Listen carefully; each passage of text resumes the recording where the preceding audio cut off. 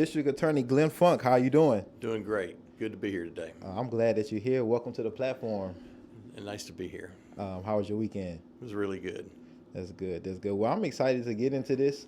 As I often tell a lot of people, I believe the district attorney is the most, powerful person in our criminal legal system here in Davidson County. So I think it's important. This election is important.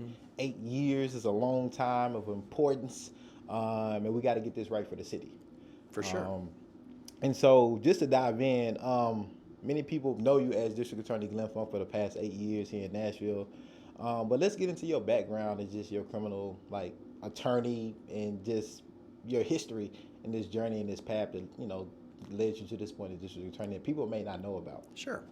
I graduated from law school in 1985. My first job as a lawyer was to work in the public defender's office in Memphis. The public defender at the time was A.C. Wharton, who later on became mayor of Memphis. Great experience there. I knew that I wanted to end up in Nashville, and the elected DA at the time was a man named Tom Shriver. And General Shriver had told me that once I passed the bar, the first available job he would be making an offer to me. So I worked in Memphis in 1985 and into January of 1986, and the job became open, so I came here, worked as an assistant district attorney for 3.5 years, and then left and went into private practice, and I was in private practice doing criminal defense for 25 years. In 2014, my predecessor, Torrey Johnson, retired, and I ran for this office and was elected. My time early in my career was really important because representing indigent people who were charged with crime in Memphis gave me a perspective and an understanding that informs me today as far as what people go through when they're charged with crimes, especially those who are maybe from an underserved population or somebody who's suffering from poverty. I took that with me and those lessons with me to the district attorney's office, and as an assistant district attorney, I think that made me more compassionate, more empathetic, better able to understand that the power that I had as an assistant district attorney should be used wisely and in an attempt to make sure that the community was safe, but not in an attempt to just punish folks or to over-incarcerate people. When I left the district attorney's office and spent 25 years in private practice, I continued to learn more lessons about what brought people into the system to begin with, what supports they needed in order to be successful. I learned through 25 years how we were over-incarcerating people, how we were prosecuting the wrong crimes and sometimes the wrong people in ways that was not promoting community safety, was instead driving the community apart by having the criminal justice system become a wedge for our community. So when I ran for district attorney, I remembered what I was told on my very first day in the office by Tom Shriver back in January of 1986, which was that the most important part of being a district attorney is to know the difference between a bad person and a good kid in trouble. When I said that in 2014, it resonated with Nashville because I think Nashville kind of understands that the criminal justice system should be about stopping violent crime and then giving supports to people who might need a second chance. Right. So 2014, that's what I said. That's, Political consultants told me, no, I need to come across as the biggest, baddest, toughest, meanest guy in the room. I said, that's not who I am. I don't think that's who Nashville is. In 2014 election cycle, that's what I said. That's how I defined myself. And that's what I've tried to live up to as the district attorney. It was really 2016 and 2018 election cycles when people started talking about criminal justice reform. And, when I heard those, I was essentially listening to that and saying, well, that's what I've been about. That's really what my campaign was based on. Maybe that's a better slogan, but I think my platform that I ran on actually kind of captured the feeling, and maybe even in a deeper way than just saying the terms criminal justice reform. A lot of people can say criminal justice reform, but not really have any concept of how that can actually impact people. We've seen, even Governor Lee ran on on a platform of criminal justice reform, but there have been very few reforms that have actually come out of the state government over the last 4 years. And so,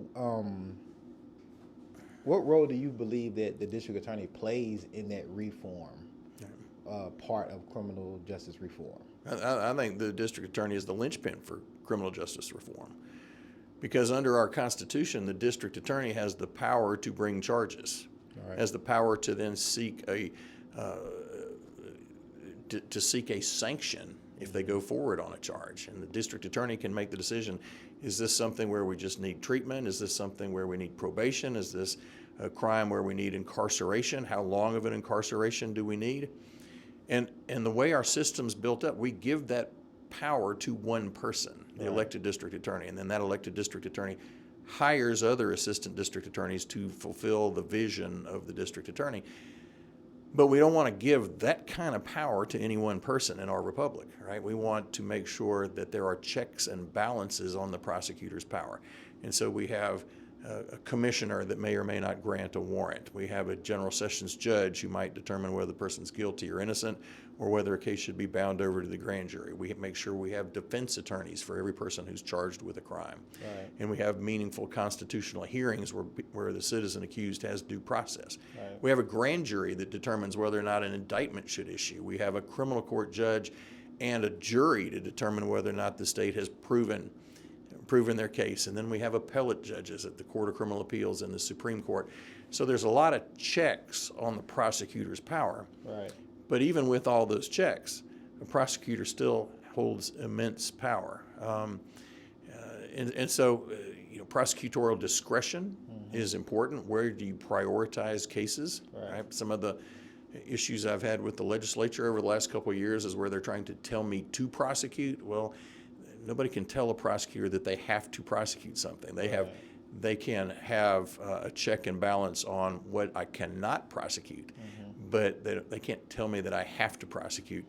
Sometimes they get frustrated at that, but the prosecutor is a very powerful position. And their word power is dynamic, right? And I think depending who's using that word power, it can be scary to some people, right? Or you can use your power for good. So I want to pose this question to you. How have you used your power in the last 8 years to create a safer, just, and equitable criminal legal system here for Nashville? Right.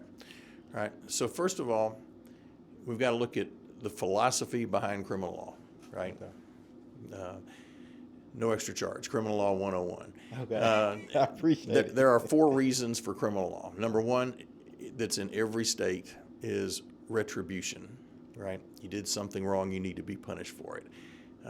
Just desserts, revenge, right? Well, any system that's built for revenge, where the state is, that's I don't resonate with that theory behind criminal law, and we don't do that in our office. Okay. But then there are some very real considerations. Number 1, deterrence.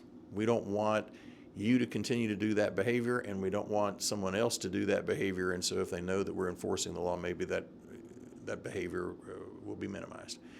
Number 2, rehabilitation, right? Do you need some supports in order to make sure that you do not continue to reoffend? And number 3 is incapacitation, right? Someone has to be locked up, right, because otherwise they're going to continue to hurt other people. So, those are the 3 reasons behind it. So there are people who, unfortunately, we just have to incarcerate. Murder, right? Rape, armed robbery. There are some people who are dangerous, home invasion, burglaries. There are some people who are so dangerous that we have to use the severe sanction of incarceration. But there are so many other places where we can do either a support, so there's rehabilitation, right? Maybe there's another way to deter the behavior other than an incarceration. And there's a lot of cases that we just flat out don't need to be prosecuting, right? Let's take, for example, marijuana, right? Our marijuana laws are a situation where we take a health issue and we put it in the lap of the criminal justice system, right? Our marijuana laws do very little, if any, to promote public health, and they do nothing to promote public safety. And yet, as a state, we have been prosecuting, charging, incarcerating, putting on probation thousands of people every year Right. for possession of a joint of marijuana. Now, if you get a charge for marijuana and you go to jail, that's a disaster. But even the charge of marijuana, then all of a sudden you've got a narcotics record, and it can impact you with whether or not you can get a job, whether you might be able to get a promotion within your job. It can affect your housing. So, that's a situation where when I took office, there were over 5,000 inmate days in jail just for marijuana. There were hundreds of people charged with just simple possession of marijuana every single year. And we got that down to close to zero on the incarceration. And then 2 years ago, I just said, I was the first prosecutor in the state of Tennessee to say, we are no longer even going to charge people with possession of marijuana under half an ounce. So that was a significant exercise of prosecutorial discretion to make sure that the system is fair. Not only that, there were also huge disparities with regards to demographics. Black folks were getting prosecuted way more often than white folks, even though marijuana usage in both populations is roughly the same. Right. So there's another issue, driving on a revoked license, right? Right.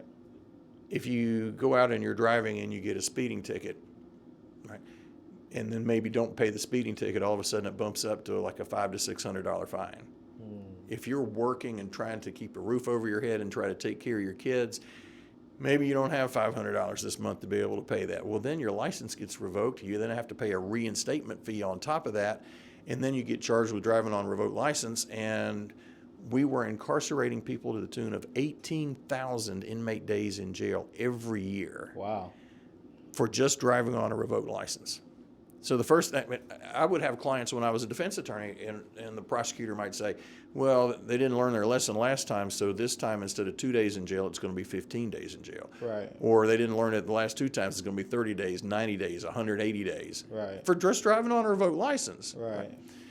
Well, I want folks to have their driver's license, and I don't want them in jail. And so first thing we did was we cut the jail time way down, and then we took it to close to zero. And then we started a program with Sheriff Hall called Steering Clear, where now if you get a revoked driver's license ticket, we intercept that ticket before you get booked and processed. And the prosecutor looks at it. If you are on probation for DUI, then we're going to still prosecute it. Right? It's part of the punishment for DUI is you can't drive for that year. But any other case, right, we intercept it, dismiss it. You don't even get booked and processed. They don't even take your fingerprints or a mugshot, right? So you do not have the collateral consequences. Right. But then even better, we work with the sheriff's department to help folks get their license reinstated. We can waive certain court fines and fees, right? We can cut back that speeding ticket back to its original amount. We can work with somebody to maybe even get that waived with some public service work. We've been able to convert at least 25% of those cases to people actually having their driver's license reissued to them within 60 days of the time that they show up in court. Wow, 25%. And so that's confirmed. So I'm going to bet it's closer to 50%, but that's dramatic, and that's a game changer for a lot of folks.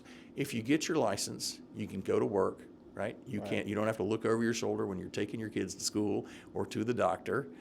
You feel like you're part of society, like you have an ownership interest in society, which I want you to have. If a police officer pulls you over, you can hand them your driver's license, so the officer knows who they have pulled over, and so they don't have to worry about, do I need to call for backup? No, it's Glenn Funk. He's got his driver's license. He doesn't have a record. I'm not going to have to call a bunch of backup. It keeps officers safe, and it keeps the motorists safe too, because now everybody knows who each other are. So. For all those reasons, I want folks to have a driver's license. I want you to be able, if you've got a driver's license, to get insurance. But it's ridiculous to fill up our jail with folks that have committed a crime of poverty. Well, and this kind of leads me into like justice, right? I've heard kind of 3 phrases being thrown around. The one that I typically use is the criminal legal system. I heard the criminal justice system, which is probably more commonly used, and then the criminal punishment system, right? And you hear that punishment system specifically in communities of color, black folks, because of the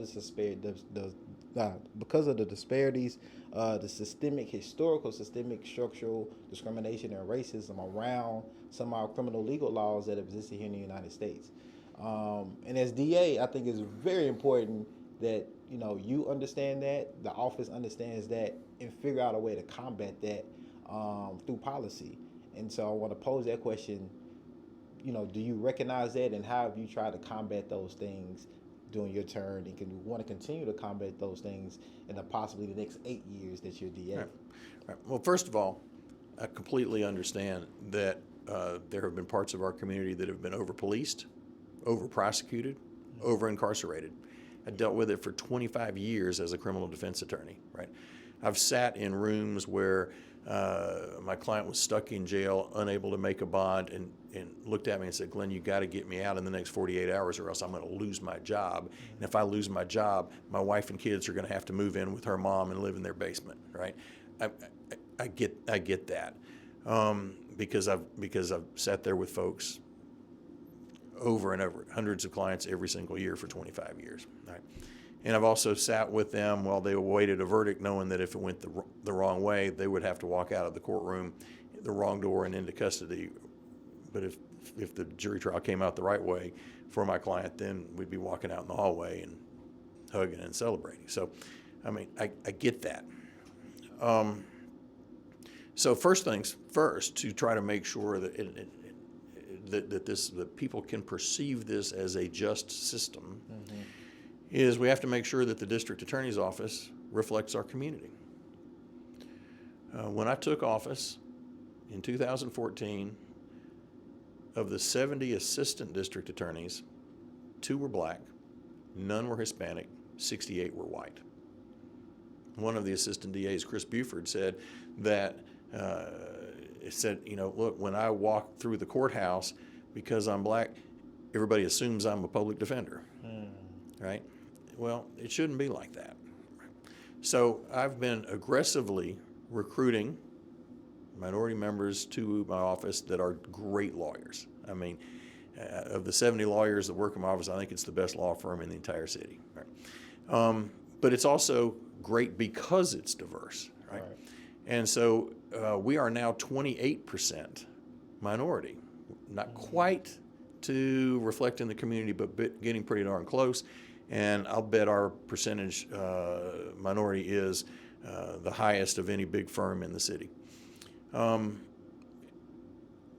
Not only that, I've been able to achieve that while some people have stayed a few years and then left. Look, being an assistant district attorney is a great job. You get great experience.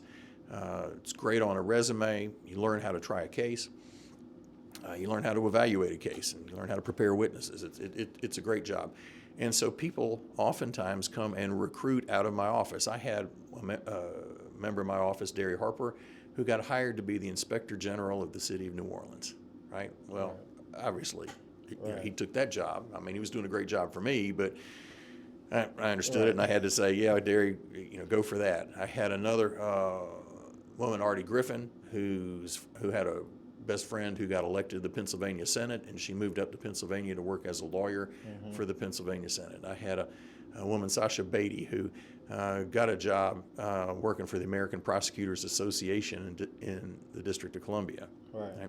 Marcus Floyd was an assistant DA, and Mayor Briley hired him out of my office and paid him twice what I could pay him under state law. So great. And now Marcus is about to be a judge. So great. Anna Escobar was a team leader in domestic violence, and she's now a judge. So a lot of folks have used this platform to go on to even greater things. But despite that, I've continued to be able to intentionally recruit and keep getting our percentages up higher and higher. Maybe even more important than that, it's not just enough, right, that I hire folks to reflect the community. And it's not just enough that I empower them to have real discretion on their cases. They don't have to ask me if they want to dismiss a case. They don't have to ask me if they want to settle a case or plea bargain a case. I empower every one of the 70 assistant district attorneys to handle their case the way they see fit. But even more important than that, leadership, right? Because it's not enough just to have folks in the office that are working as line prosecutors. We need to make sure that we have the experiences, the life experiences, the perspectives of folks from across the community when we're talking policy. We now have 1/3 of our leadership in the office is minority. 25% is LGBT. That diversity of life experience really makes a difference when we are talking about major issues. For example, when I took office, we were over prosecuting narcotics cases. Okay. The prior police chief, his direction to his officers was any amount of drugs, charge it as possession for resale, and always charge it as drug-free school zone. Well, my first day in office, we quit prosecuting drug-free school zone unless a school child had actually been endangered. Right. Okay. But we sat down as a group 2 years into it, and I did the statistical dive. We had been prosecuting and convicting 1,138 and 1,139 different individuals for felony narcotics. When I was a criminal defense attorney, I had an ounce, or not an ounce, maybe I had a few grams of cocaine in my console, but it was for my own personal use. Well, you're charged possession for resale in a school zone. But it should just be a misdemeanor, Glenn. You're right, it should be a misdemeanor. But what they've charged you with is possession for resale in a school zone. If we lose this trial, you're going to get 20 years. Well, what can you do for me? Well, I'm going to do all I can. If they offered, 8 years of probation, a client would probably jump on that rather than risk 20 years in prison. Right. But then he's a convicted felon for the rest of his life, Right. and he's handicapped forever. So we knew that was a problem. And so we gathered a group of folks from diverse backgrounds, and my question to them was, at what point do we actually believe, just based on quantity alone, that the person is selling drugs? Right. Not if they sold to an undercover officer or to an informant, but just on the quantity, because that was the majority of what the cases were that were brought to us. And we had that discussion, and we ended up doing a whole lot more reductions to simple possession and sometimes even dismissals. And so we've gone from 1,138 down to less than 400 every year. That's 750 people a year that are not getting felony convictions when we didn't even really believe that they were guilty of that felony in the first place. Right. By contrast, during that same period of time when Nashville was at over 1,100, Memphis was at under 600. So clearly there was something wrong here. And having that diversity of background experience, my background as a defense attorney, some of the other folks around the table, backgrounds as defense attorneys, but also backgrounds from living and growing up in different parts of town. Right. We were able to make some real policy changes that make a real difference, not just in the lives of those 750 people, but really in the entire community. So what are your thoughts when you hear, because we've had people come on this show and call you out and say, hey, District Attorney Glenn Funk likes prosecuting black men, over policing, over judging, ruling, and really attacking black men and black youth in this city. So when you hear that, how does that make you feel? Well, I don't think it's true, right? And I think, that there is a narrative of who prosecutors are and what they do that is true in many, many jurisdictions, right? And if you watch the national news, you see that. Right. But it's not just, I'm not the only person in America that sees the justice system the way I see it, as far as trying to make sure that we reach out and provide counseling programs, dismissals to vast numbers of the cases that are charged. We hosted a conference last summer where it was 40 of the 50 biggest cities in the nation, and there were people from all over. The prosecutor from Detroit, from Chicago, from just outside Pennsylvania, or Philadelphia, from Atlanta, Jacksonville, all across the country, Oakland, and what we do when we get together is we study the best practices of the host city, because we all come from similar electorates, which means that we all we're all progressive, right? We all are trying to attack these issues in a way that can keep our community safe while bringing the community together at the same time.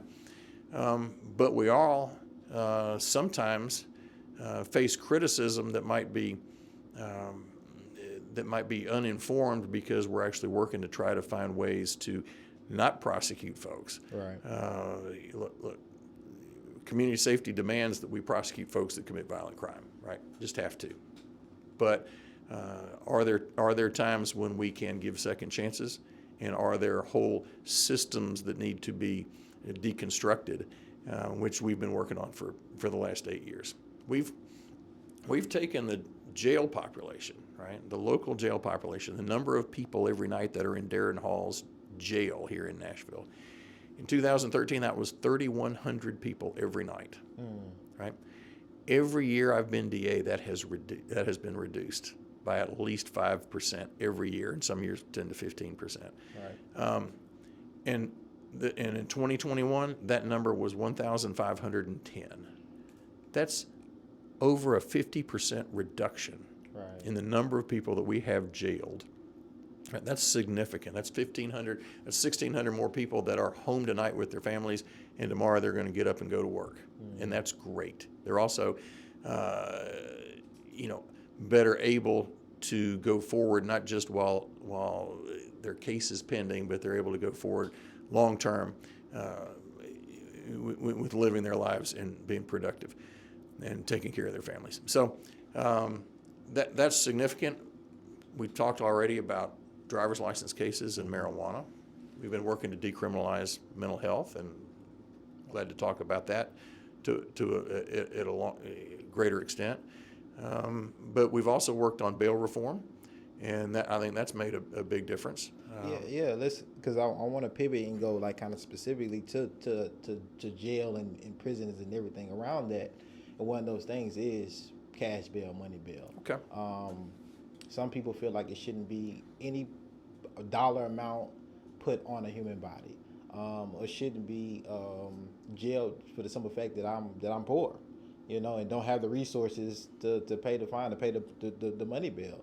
What are your thoughts on that, and what does cash bail reform look like with you being DA for the next 8 years? Right.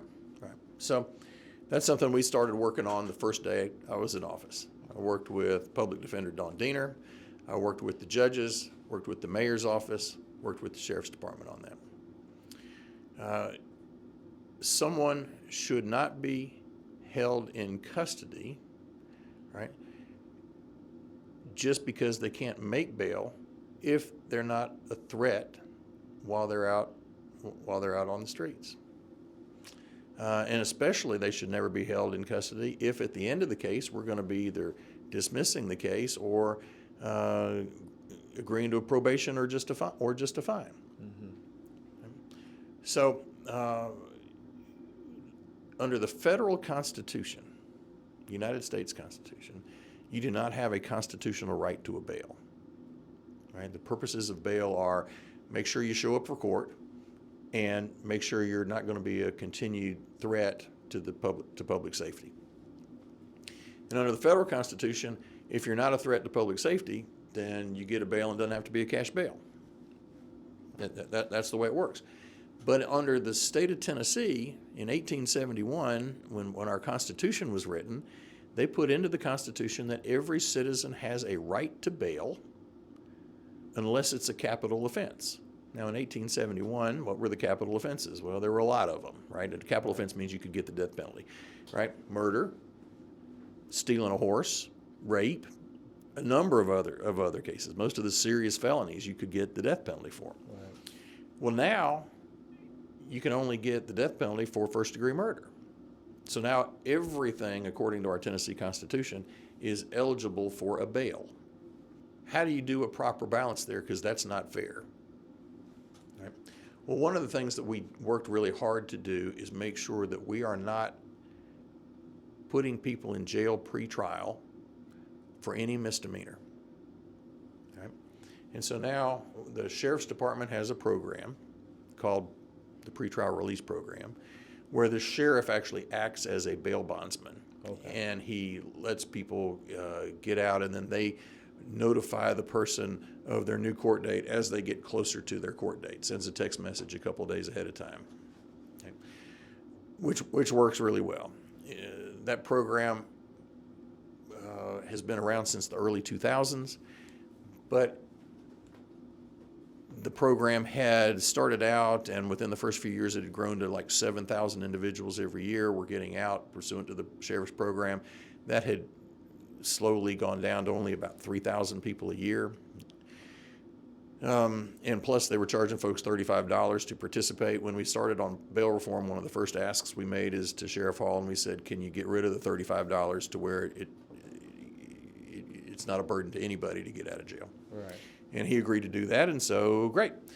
And then we've been ramping that up, and so we now have an agreement that the judges follow and the magistrates follow, where every single person that's charged with a misdemeanor is presumed that they can get out of jail without having to post any bond. It takes about 2 hours to get processed in, processed back out, give the sheriff's department your phone number and your contact information, and you're told when your next court date is. Right. At this point, there are only about three excluding factors that could keep a misdemeanor in jail. Number one, domestic violence. Okay. Right?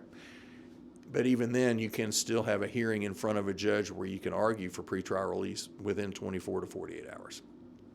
Second thing, DUI, third offense. If you have such an alcohol problem that you have been caught driving drunk 3 times, then yeah, you're going to have to stay in jail until a judge actually reviews your bond in 24 to 48 hours. And the third is someone who has been arrested twice in a week or 3 times within the last 3 months. Because then, you know, if it keeps being a revolving door, then you don't ever get to court on any of your charges. And so we need to, and we still hear them within 1 to 2 days on bond. We can give them a trial within 5 days. Nobody gets held longer than 14 days on a misdemeanor before they've actually had a trial, and we're always ready to go forward within 5 days. If me and you committed a crime, let's say we got a little bit in trouble, and we have the same offense, same criminal background, and a magistrate says, okay, Glenn, your bond's gonna be $30,000, and mine is gonna be $50,000, right? Can you help us make sense on that bail discrepancy in money, and how do magistrates or even possibly judges come up with the amount? Because it seems like it's unclear on how a dollar amount is arrived at in our system. Right. Our judges appoint a number of magistrates to work in the night court. Right. And when someone is brought in, then the magistrate looks at some statutory factors: length of time in the community, criminal history, seriousness of the offense, strength of the offense, in determining a proper bail amount. There should not be large discrepancies, though there are sometimes discrepancies. But there is a little bit of discretion on bail set by the commissioners. What we have put together in our bail reform is that everybody gets to have a constitutional bail hearing within 48 hours, which means you get a lawyer. Right? If you think yours was too high or you can't make it, you get a lawyer. You can bring in witnesses. You can have a full hearing in front of a judge within 48 hours. So, you know, for it to be a $50,000 bond or a $30,000 bond, you know, that's going to be a serious felony to get that high of a bond anyway. Right. And if it was a misdemeanor, we'd both be out of jail right away anyway, right? Without either one of us having to pay.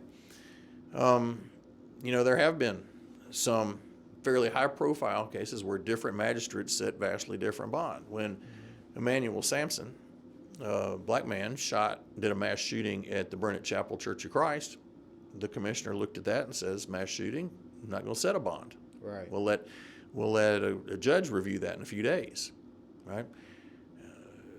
A year later, when Travis Reinking goes in and shoots up the Waffle House and kills 4 people and injures more and was wanting to kill even more, for some reason that commissioner set him a bond. It was a couple $1 million, right? But set a bond. Right.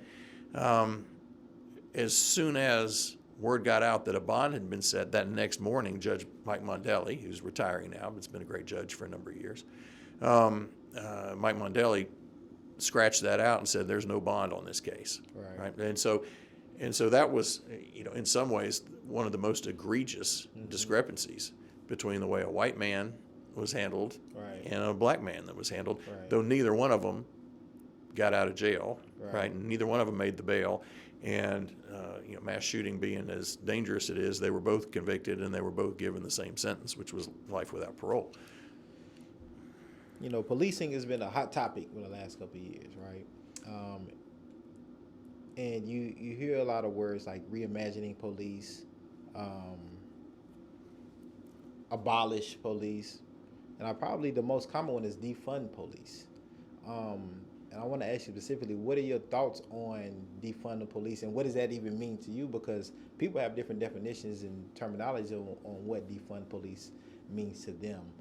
And what does that mean to you, and what does that even possibly look like in Nashville, if that's something that you advocate for, or what? I don't even know if you spoke on this before. Right. I want to fully fund public safety. Okay. Right.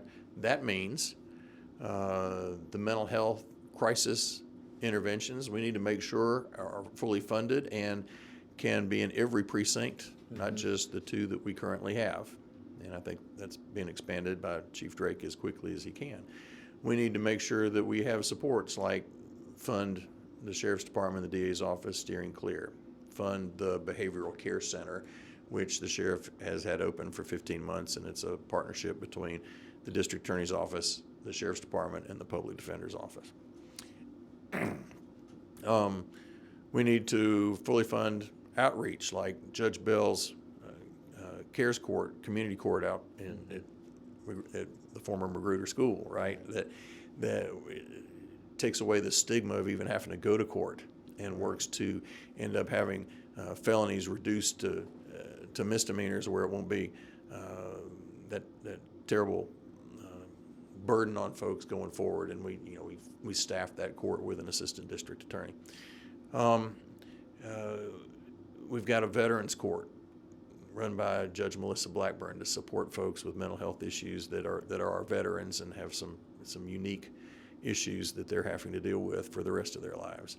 Right. We've got a recovery court run by Judge Gail Robinson. We've got a DC-4 run by Judge Jennifer Smith, and we've got a woman's DC-4 run by Angie Dalton, all of which are trying to take addiction issues and say these don't need to be incarceration issues, they need to be treatment and support issues. Right. So we really need to be funding. We need to fund things like the efforts that we've done with Judge Sheila Calloway, right? Which includes Restorative Justice in the juvenile court, which is a program that she and I started. We worked with then Public Defender Dawn Diener. We worked with then Captain Howie, the Youth Services Director in the Police Department, where we are now have a program that combines the services of the Tennessee Voices for Victims Victim Advocacy Group, along with Travis Claybrooks, who runs the Refi Institute, and we are pulling cases out of the criminal justice system, out of the juvenile criminal justice system, and giving them instead to a restorative justice program, where through 3.5 years now we're only running at a 4% recidivism rate for juveniles who have caused harm by stealing cars, breaking into cars, breaking into homes, and even committing robberies. Well, let me stop you there, Glenn, because the narrative would be, from folks that have been on this platform, there is no restorative justice happening in the current administration. Completely false, 100% false. And some of those folks have even talked to Judge Calloway and met with Travis Claybrooks at the Refi Institute. So I don't know how they could say that with a straight face. That's a program that took 2 years to put in place. It required trips to other cities to see their restorative justice programs, specifically San Francisco and Oakland. It's taken a lot of work, and we've had at this point through 3.5 years, we have a 100% victim satisfaction rate and just that 4% recidivism rate, which is why we have expanded it, and we continue to expand it in the juvenile system. And I've been meeting with a number of stakeholders to try to bring that restorative justice to the adult system. We were actually, I thought we had some momentum to get that going before COVID hit. And I've had meetings as recently as 45 days ago with Martisa Johnson and a community-based organization about potentially having a restorative justice modeled after what we've already seen successful in the juvenile court, bring that to the adult court. You know, we've talked to Rashida Fatuga at Gideon's Army, and we've also talked to Travis Claybrooks. I think there's room for both of those folks potentially participating in the adult system. You know, anytime you do something as different as restorative justice, you need to start it out as a pilot program. We started that out as a pilot program in the juvenile court. We've been able to take it out of its pilot phase and have it fully operational in the juvenile court now.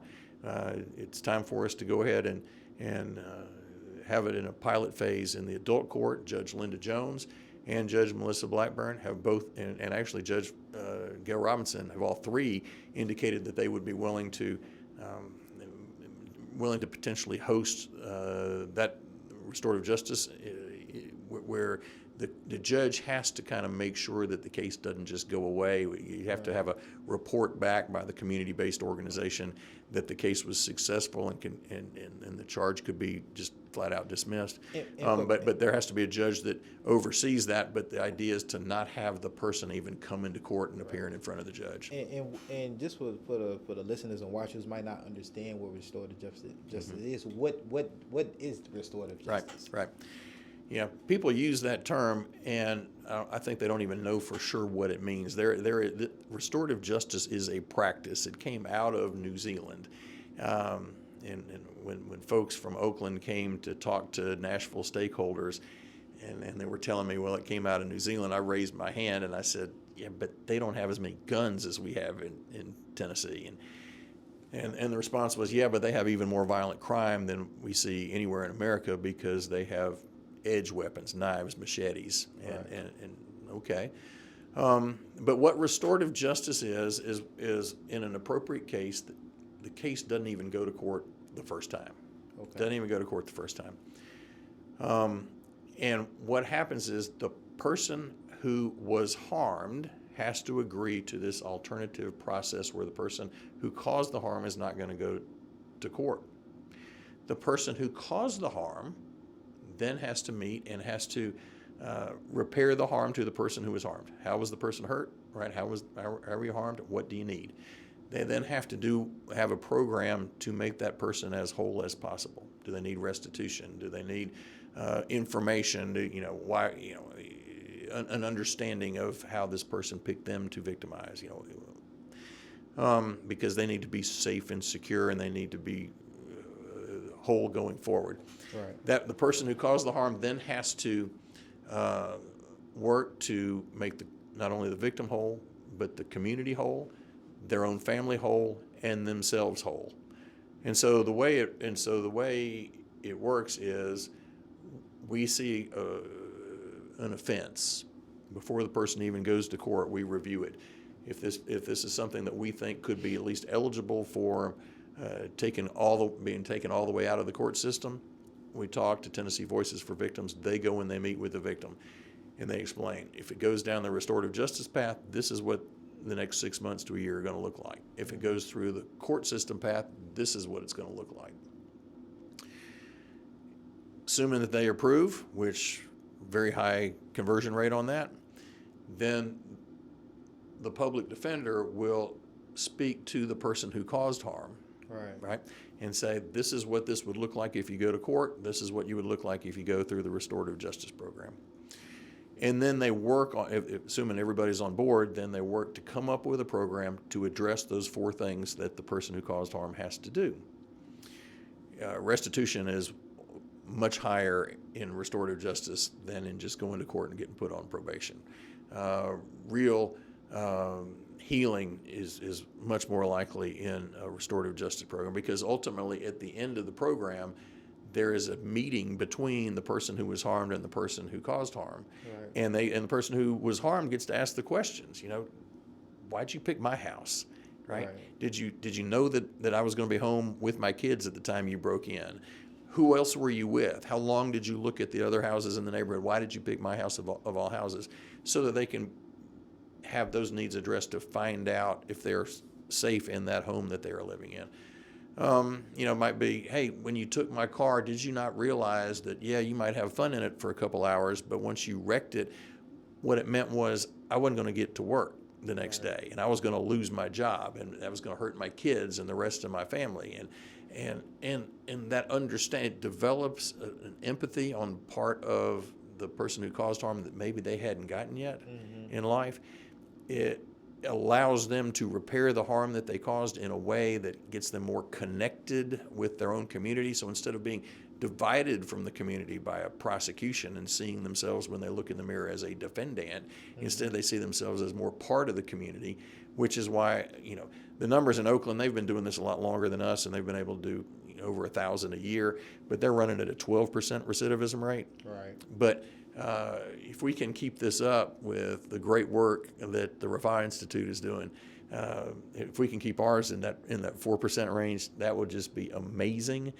Because that means 96% of the youth that go through this program are not going to be derailed on their efforts to continue to grow, to get their high school diploma, to get out and get a job, to work, to have families. So really excited about the Restorative Justice program and the work. And if anyone should doubt that we have put this type of effort, Travis Claybooks, the Refi Institute, RAPHAH, or call Judge Calloway, because she is rightfully proud of this program. I'm rightfully proud of this program. We've done a lot of work, and we're doing a lot of good. Another thing around policing that we seem to be seeing, I don't know if it's news, media, propaganda, is just the use of the use of fatal force incidents, in community. We just had one on I-65, which was a mental health crisis, but a high-profile one, that you were just a part of, the Danial Hambrick case.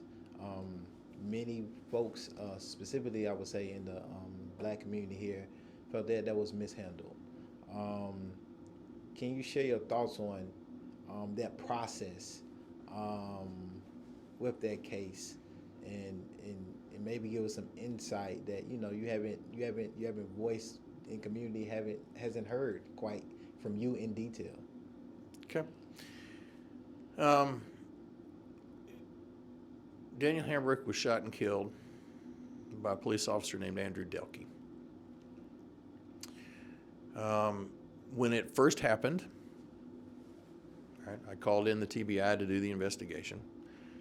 But even while the TBI was taking control of the scene, the Metro Nashville Police Department was taking a picture of a gun and tweeting that out, that here's a picture of the gun, describing Danial Hambrick as the gunman. And when we got the video from MDHA that night, we could see this chase. It was a traffic stop. The worst thing that could happen is a traffic stop that escalates into a shooting. It was a traffic stop that Danial Hambrick had run from the police, and that he had a gun in his hand as he was running. The MDHA video, as he continues to run, he runs past a tree. This is late July, had leaves on it. And so the last 7 or 8 seconds of Danial Hambrick's life, you could not see, right? In the shooting, you could not see. And so you start to get the reports of what the police officer was saying. The police officer was saying that he was threatened by Danial Hambrick, and so he had to do this shooting. And so when I met with the TBI, I said, see if there's any other cameras, and then get me that. And sure enough, they found one on a high school that was a block away, and not as high quality of an image as MDHA, but you could see what happened because it was a different angle. And so on that Sunday following the Thursday night shooting, I got to see that video for the first time. And I thought the video was clear, right? I mean, yeah, it was a little bit grainy, right? Yeah, it was like 3 frames per second. But clearly Danial Hambrick was just running. He was running away. Was he obeying the police commands to stop, drop the gun? No, but he was just running. And the officer stopped and shot him in the back. And I saw that, and it was clear to me that it looked to me like either a first-degree murder or a second-degree murder. They wanted to make sure we got all the investigation done by the TBI. But I thought it was clear that a crime had been committed. But I also knew that when we attempted to charge the officer, that there were going to be some problems with that case, right? No question Danial Hambrick had a gun. No question the officer was yelling at him to stop and to drop the gun. I also knew that there had never been a case in Nashville where an officer was charged with first or second degree murder, right? And that there hadn't been many cases around the country where an officer had been even charged, and even fewer where the officer was convicted. But I thought that when I see a crime, right, I tell every assistant in my office, you have to believe beyond a reasonable doubt that the crime was committed, or else you cannot go forward. Mm-hmm. And you have to believe that a rational jury can convict based upon these facts. And I said, look, we might be the underdogs on this, but we'll be right going forward. And so I said, well, you know what, we're going to charge him, and we're going to charge him by a warrant. I had seen too many cases where people had just given a case to a grand jury, and the grand jury had failed to indict Breonna Taylor. That prosecutor didn't even give him the opportunity to charge with a murder. Michael Brown in St. Louis, right? Now the district attorney comes out, well, this and this and this, and so the grand jury didn't indict, but nobody was present for that. So I said, let's do it by warrant, where everything is transparent. And so we had a first application to a magistrate. The magistrate refused to give a warrant. And so we had to go to a general sessions judge and got a general sessions judge to sign the warrant. And then we had a preliminary hearing, and Judge Melissa Blackburn bound the case over to the grand jury. And then we presented it to the grand jury, and were able to successfully get an indictment in the case. But all along, his attorneys had said, we're not pleading anything, right? Nobody's ever been convicted when the person had a gun in their hand, and they were right. And in Tennessee, the rules are that if the allegation is by the officer self-defense, number one, you get a kind of a super self-defense charge, even stronger than a stand your ground, the stand your ground law that got Trayvon Martin's killer off in Florida. It's a super self-defense for police officers. Also under Tennessee law, even if the officer doesn't know who they're chasing, then the criminal record of the person they shot can come into evidence. And I don't want to talk too much about that, but knowing that we were going to have a jury that was going to be probably 10 white, 2 black, maybe 9 white, 2 black, 9 white, 3 black. I mean, I know kind of some attitudes that folks might bring into that jury box, some implicit biases maybe. And so I knew we were the underdogs as we were going forward. But I also knew that I thought that we were right, and by golly, we were gonna fully intended to try that case. I was not going to dismiss that case.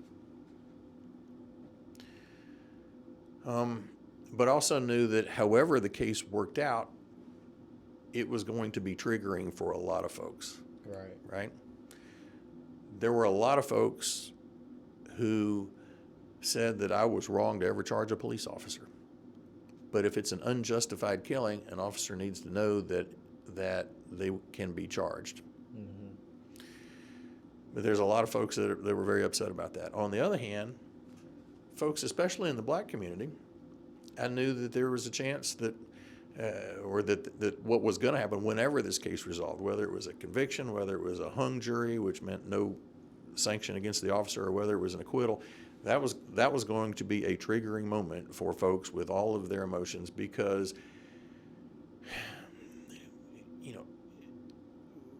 folks do have legitimate concerns about what's going to happen to their kids if they ever get pulled over by a police officer, and it's different in the white community and the black community. It just is. Right. When I turned 16, my parents talked to me and says, if you ever get pulled over, yes sir and no sir to the officer, and do whatever they tell you to do. Right. I was at a function at Pearl Cone, and we were having different groups, 10, 15 tables of 10 people, and we were talking about different topics. And one of the topics, and I was at a table with a number of folks, in the topics of what do you say to your 16-year-old? And I can remember a pastor that was at the table, African-American pastor, who said, when my son turned 16, I did not know if I should give him the talk. Right. And ultimately, I decided I had to, because I had to make sure that he was as protected as possible. And the talk, as he described it, was keep your hands on the steering wheel at all times. Right. Right. Whenever the police officer gives you an instruction, move very slowly. Mm-hmm. Right. Make sure that they know before you move exactly how you were going to move, because I don't want you to be shot, son. Right. And he was breaking down in tears in front of strangers as he shared this. We have implicit bias training every year in my office. And there's a woman in my office who shared a conversation about the talk when her son had turned 16. And she described it as, when my son turned 16, all his life he'd been a happy-go-lucky kid. He loved everybody and everybody loved him. But I had to give him the talk the day he got his driver's license. Right. She said, and I could see a little bit of the light go out in his eyes. Right? There should not be two different kinds of talks that are given, right? Right. We've got to get to a place where folks aren't afraid, where no one in our community is afraid of the police. But when you see these incidents happen over and over and over again, of course, folks have, black folks in Nashville give that talk. And here's a situation where for the second time in the last 8 years, it was a traffic stop that escalated to somebody being shot and killed. All right, so we're getting ready for trial. We're a week away from starting to pick the jury in the trial. Right? And ultimately, anytime that you get close to a trial, there's at least a little bit of discussion. I thought the chances of them pleading guilty were close to zero as far as pleading guilty to anything. Right? Ultimately, about a week before the trial, a few days before the trial was supposed to start, we reached an agreement that was as follows. He would actually plead guilty to voluntary manslaughter, right, which is a knowing killing under a heat of passion. Right? He would give up on his self-defense claims and any claims of it being a justified shooting. He would become a convicted felon. He would never be able to be a police officer again. He would never again be able to have a gun and a badge on the street. He'd never be able to have a gun again. He would admit that what he did was wrong and that he was not justified, and he would go to jail for a 3-year sentence, which, if he gets all of his behavioral credits, he may be able to get done as quickly as 18 months. It'll probably be somewhere between 18 and 21 months that he'll actually do in jail.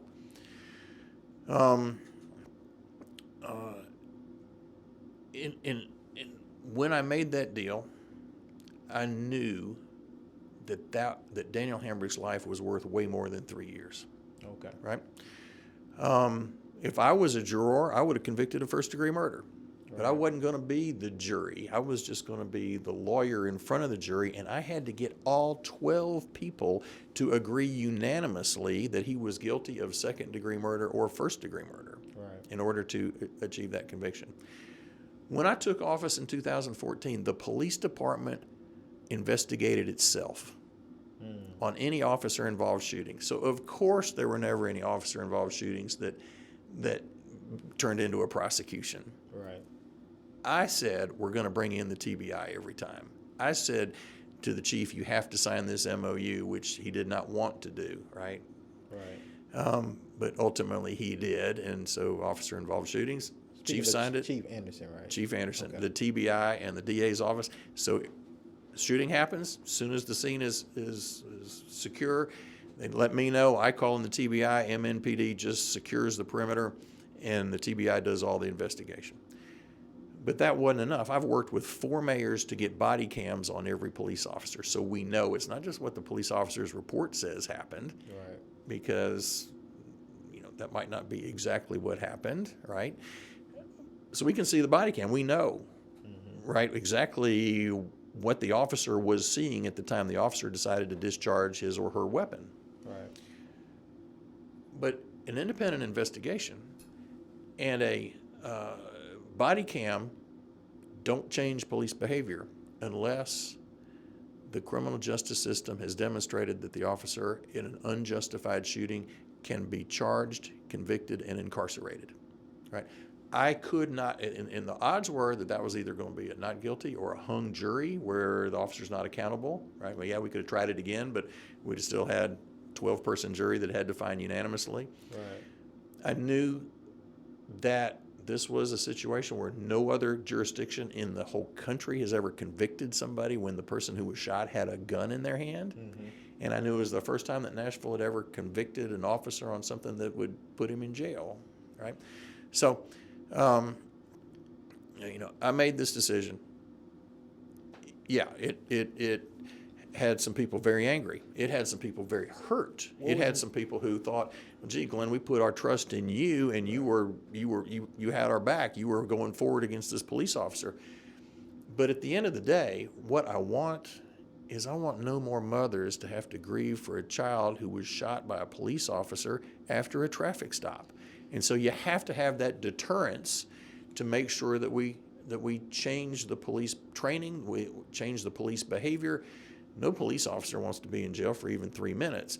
And we have to change the attitude from, well, I shoot because I can, to I'm only going to shoot if I absolutely have to.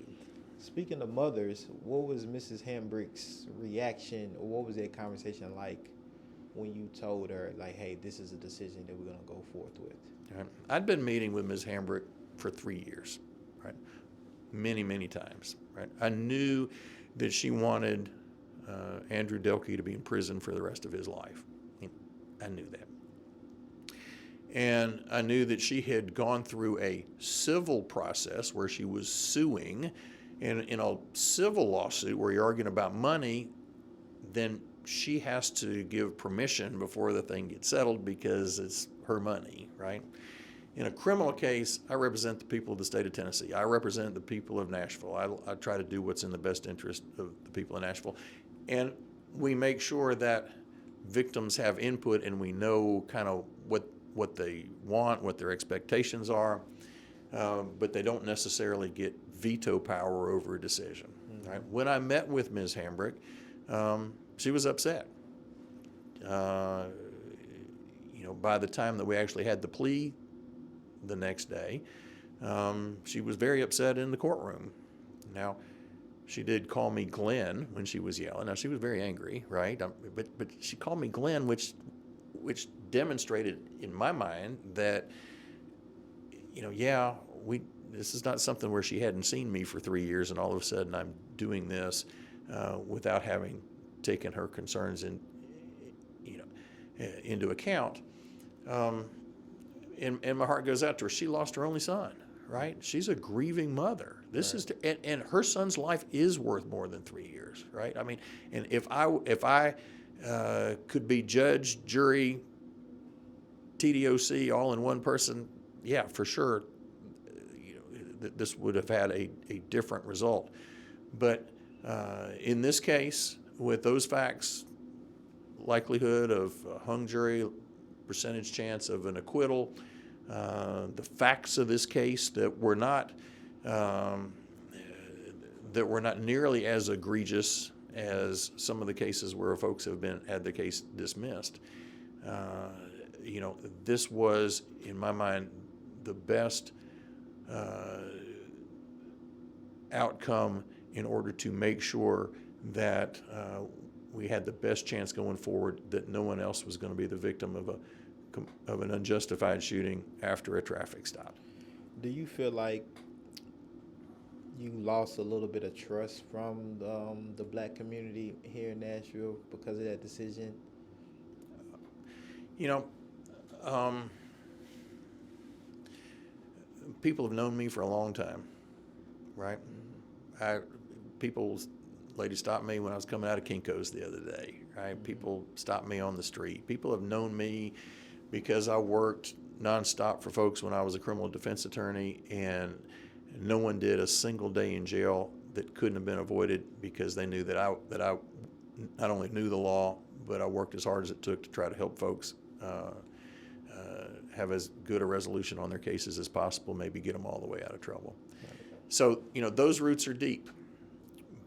But I also fully understand that even people who know me, who trust my heart, were angry, were disappointed.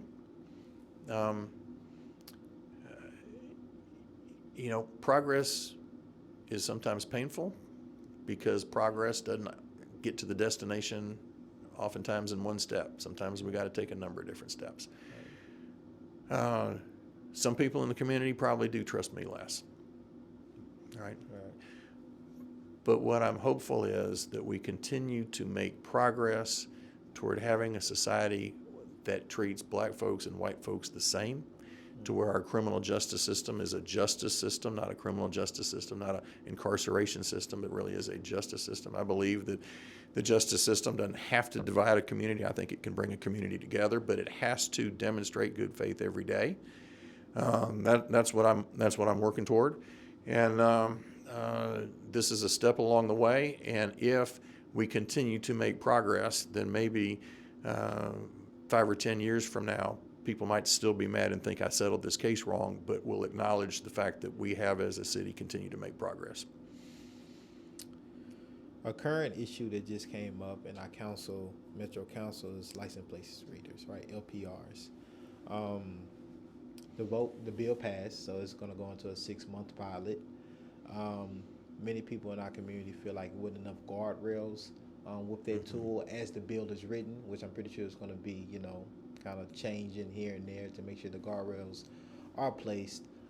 But especially people of color had its concerns systemically about how the LPRs be placed, what data will be collected, and just targeting because of just some of the historical events that have just occurred.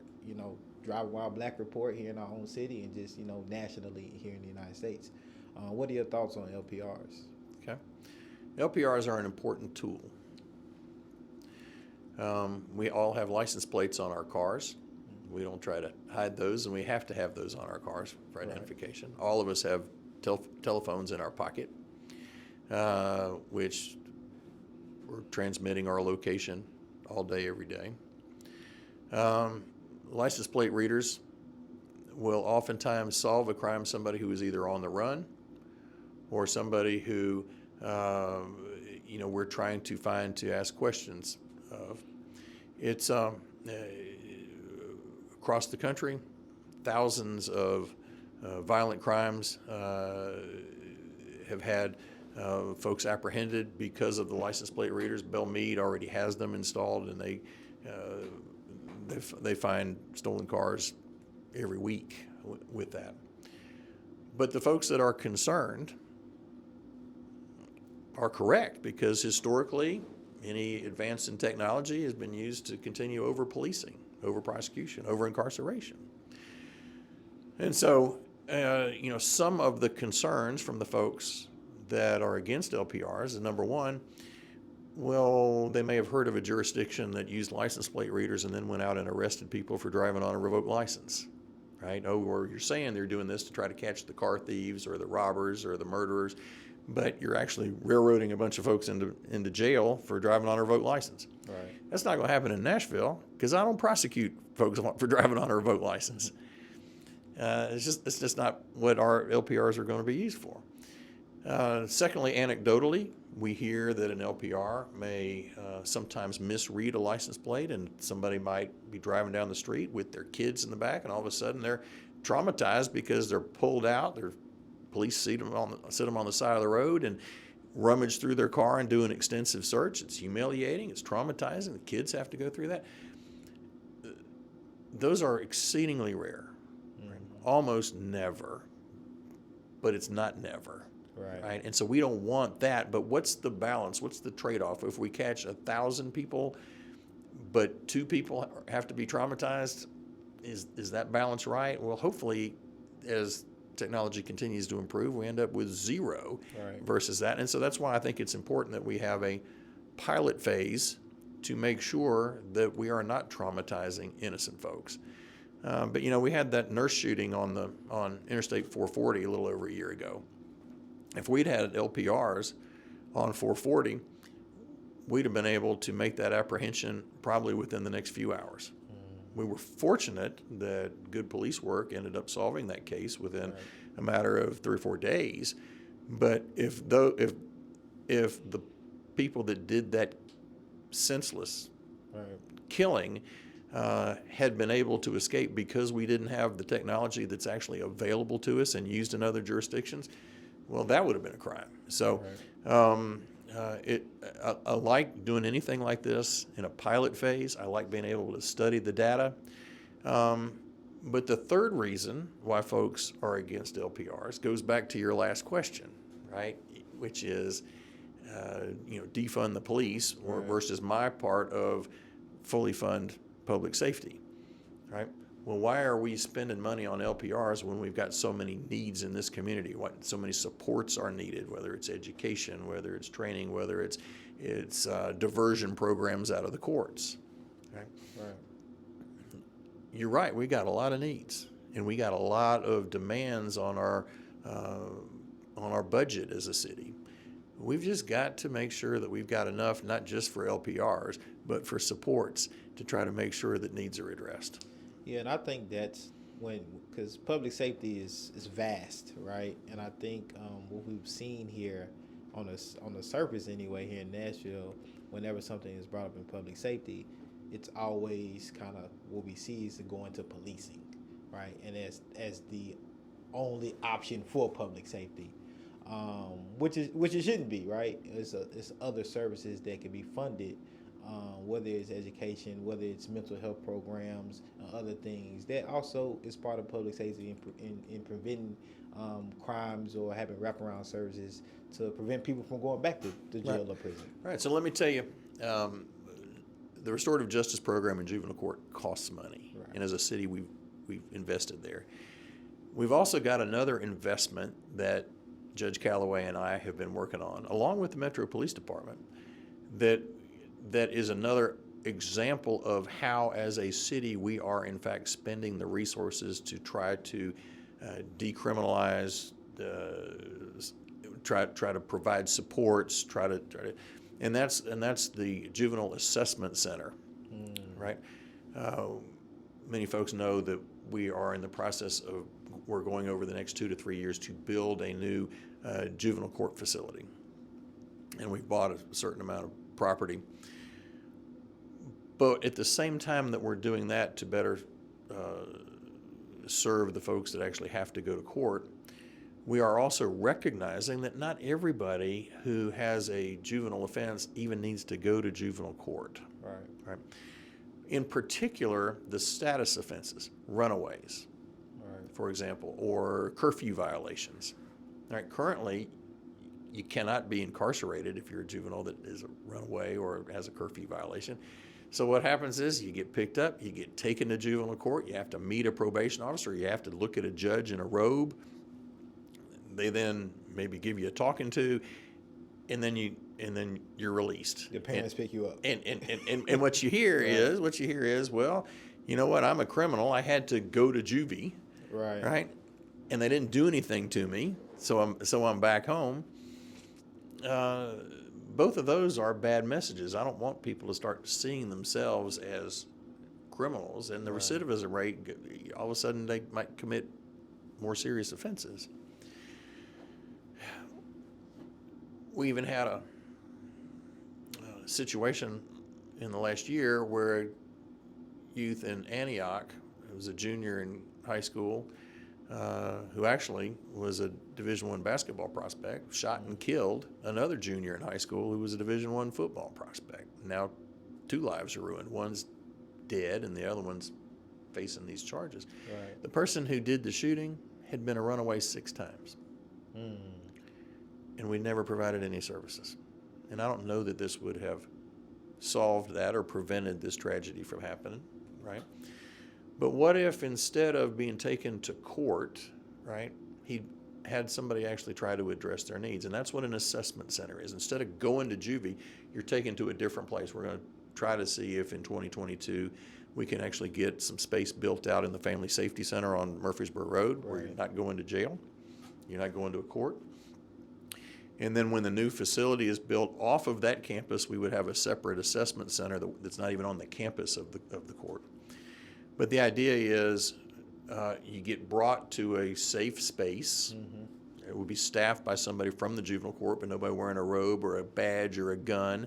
Right. It's really somebody who is working as a clearinghouse for the nonprofits around town. Right. Oh, okay. Well, I see your son has run away from home. What's going on in your house? Why in the world would he decide he needs to run away? Or why did she think that she needed to just leave when you had told her that you wanted her to go to bed? Right. Speak to the youth. Why are you running away? Why aren't you doing this? Why aren't you staying home and doing your homework and getting up and going to school tomorrow? Why are you out? And try to find that. And so you come in and you talk through that with a representative of the juvenile court, but it's not really marketed as that. Right. And then, so you live in Bellevue. Well, Nashville's blessed with fantastic nonprofits across our city. Well, we've got a nonprofit that deals with that particular issue in Bellevue, and let's get them to come down here, meet with the family, and set up some other times when y'all can talk, or we can provide supports to your family. Right. Oh, you live in Antioch. Well, we've got this other great nonprofit in Antioch, and let's connect you with that. Right. Other cities have tried this model and have seen tremendous success, and so I'm hopeful that Nashville is going to be able to have that up and going. I think between my support for this, the judge's support for this, even Chief Drake and the police department's support for this, if we can do that, then we've made a difference. But that's an investment of real dollars. Right. The behavioral care center is expensive. Right? And the behavioral care center, what that is, it's a mental health hospital to where people that get arrested, instead of going to jail, can be diverted out of the justice system and into this hospital that is run by the mental health co-op under contract with the sheriff. But every morning at 6:30, an assistant district attorney reviews the cases that were arrested the night before. And if there's a mental health flag, she then has the person reviewed by the mental health co-op, assessed. The public defender meets with the person, decides whether or not they want to either go to the court system or go into this hospital that the sheriff built right next door to the jail. Right. If they want to get the mental health treatment, right, which is free to them, they're in there for anywhere from 3 days to 30 days. Average length of stay is 8 days. They get real treatment in a real facility. They get stabilized on their meds. They get out of the facility. Their case is dismissed by my office and expunged by the courts on motion by the public defender. They have 30 days of meds. They have a 30, 60, and 90-day comeback date to check back in with the mental health co-op. That costs money, but as a city, we have invested in that, and so we are fully funding public safety in these concrete ways that's making a real difference. We've now, on the Behavioral Care Center, been open since October of 2020, so we're now 15 months, 16, 17 months into this. Sheriff Hall's running only a 5% recidivism rate for the folks that have graduated his program. 5%. Wow. For folks with mental health issues. Wow. How about that? And so not only is it better for them, right, as individuals, it's making sure that we don't have courts clogged, we don't have future victims. We're not jailing a mental health crisis. And we're not just jailing it. The sheriff says that 30% of his jail population is people who have mental health issues that violated their probation. Wow. Well, if we can get in front of that, not put people on probation, have their case dismissed after they've gotten real mental health treatment, that's huge. that's a program that took us several years to work on, but we were able to get it done, and it's required a major investment by our city, but it's also an investment that will pay off because not incarcerating folks, not having them on dockets, right, not having them recommit offenses, that's making the community safer, but it's also saving money in the long run. And so, District Attorney Glenn, 8 years, 8 more years, possibly. Right. I just round it off and call it a decade. Personally, can really is going to shape what a growing city like Nashville looks like when we continuously growing. And so, if reelected again, what does 8 more years of District Attorney Glenn Funk look like for Nashville? What can we expect? They can be the same. What can we expect? They can be different. Right. Well, I'm going to continue to drive to make sure that the district attorney office reflects our community, which means we need to get our percentages up a little bit more. Mm-hmm. And leadership continues to reflect our community. I'm going to continue to make sure that no one is in jail just because the system's rigged against them, right? That we only use the severe sanction of incarceration on folks that are really dangerous. Right. Trying to make sure that programs meet folks if they've got a mental health issue, if they've got an addiction issue, if they've got a poverty issue. What can we do there? And try to make sure that the community is safe by making sure that our resources are devoted to the violent crime. We've got over 95% conviction rate on murder, on rape, on armed robbery. But so we got to make sure the community is safe by using that severe sanction for the folks that are most dangerous. We got to make sure that the community is safe by making sure that folks that have a mental health issue or a poverty issue or a drug addiction issue get the treatment and the support that they deserve so they don't commit new crimes.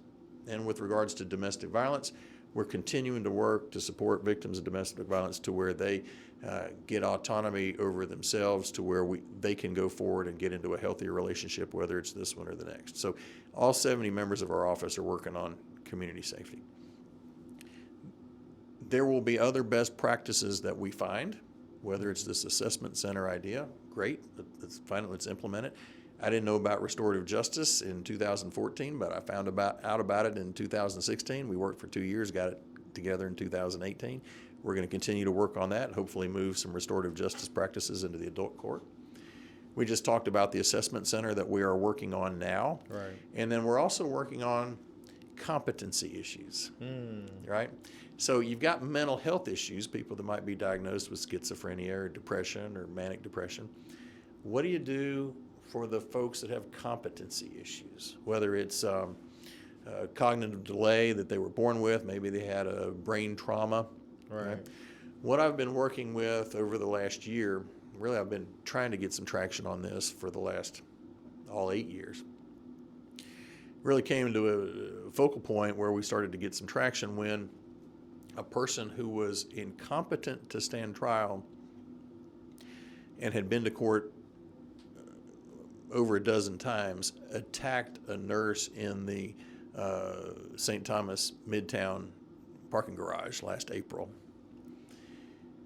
And so working with Public Defender Martisa Johnson and Judge Melissa Blackburn and the sheriff and the mental health co-op, we're trying to say, well, first of all, how is this even happening? Well, you have to go back about 15 years because if someone commits a crime but they cannot understand the court process, right, then I cannot prosecute them. Their case has to be dismissed.